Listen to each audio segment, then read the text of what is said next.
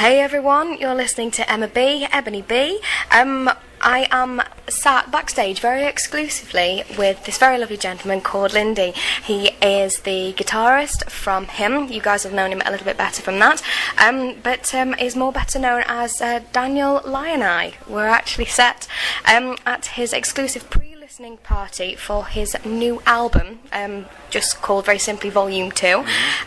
Congratulations on the creation and the soon-to-be released album. What sort of reaction have you had from the press and the fans so far? It's been mostly very positive. It's out now in States and in Finland, and most of the reviews have been really cool.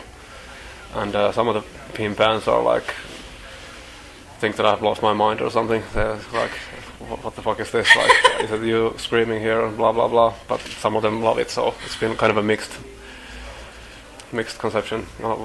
What's the word is? I don't know.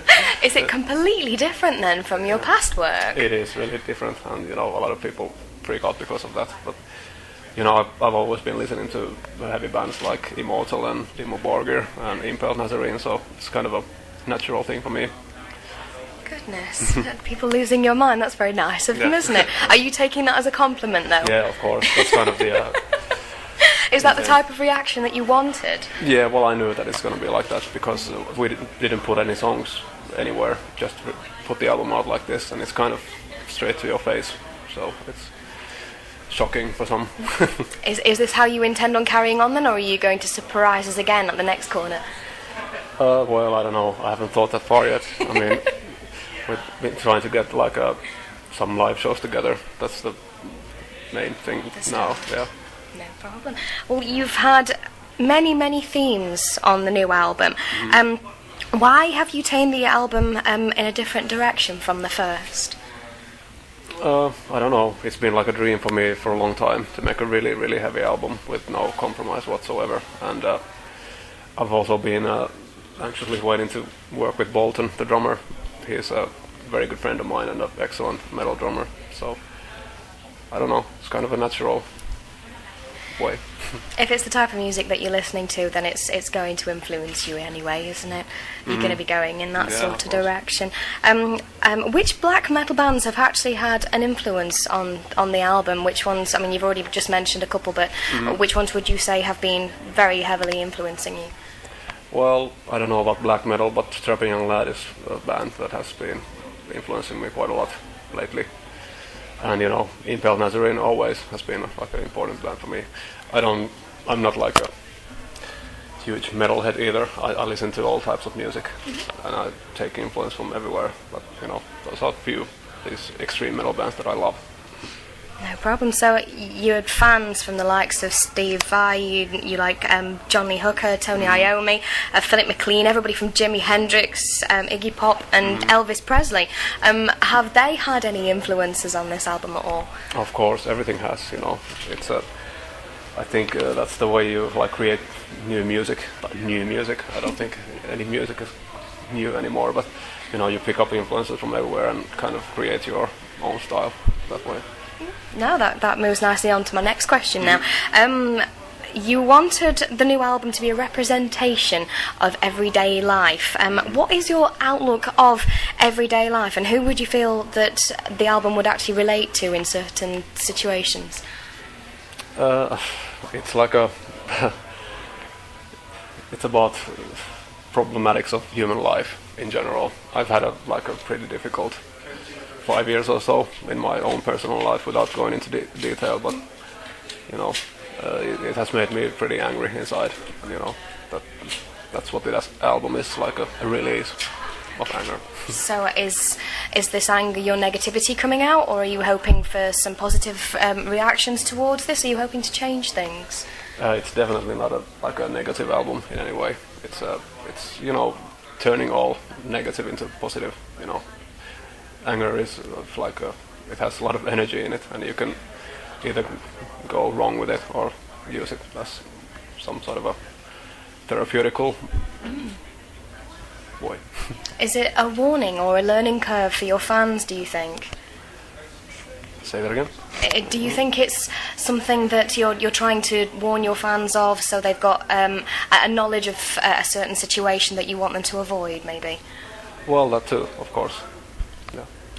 Okay.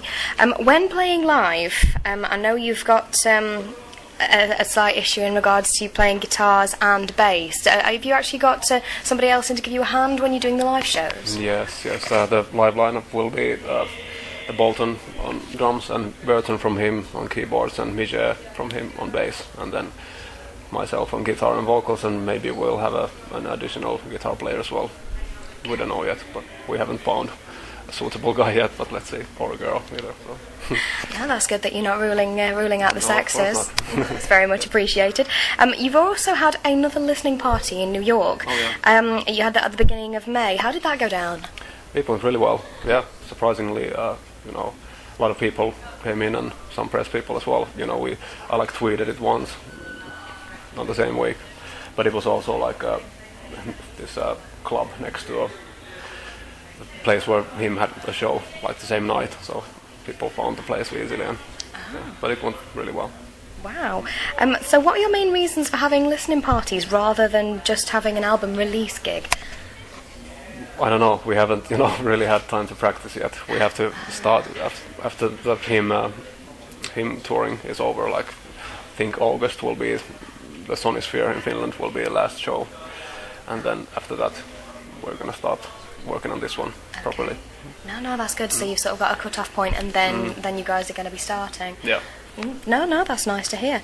Tell me about the competition that you set for the fans to create the 2 music videos for you. It was for I Never Wanted to Be Number One and Euro Shaman. How was that? I mean, the fans must have been really, really excited about that. Yeah, it's been fun. I've seen a few of them already. Yeah? It's very entertaining.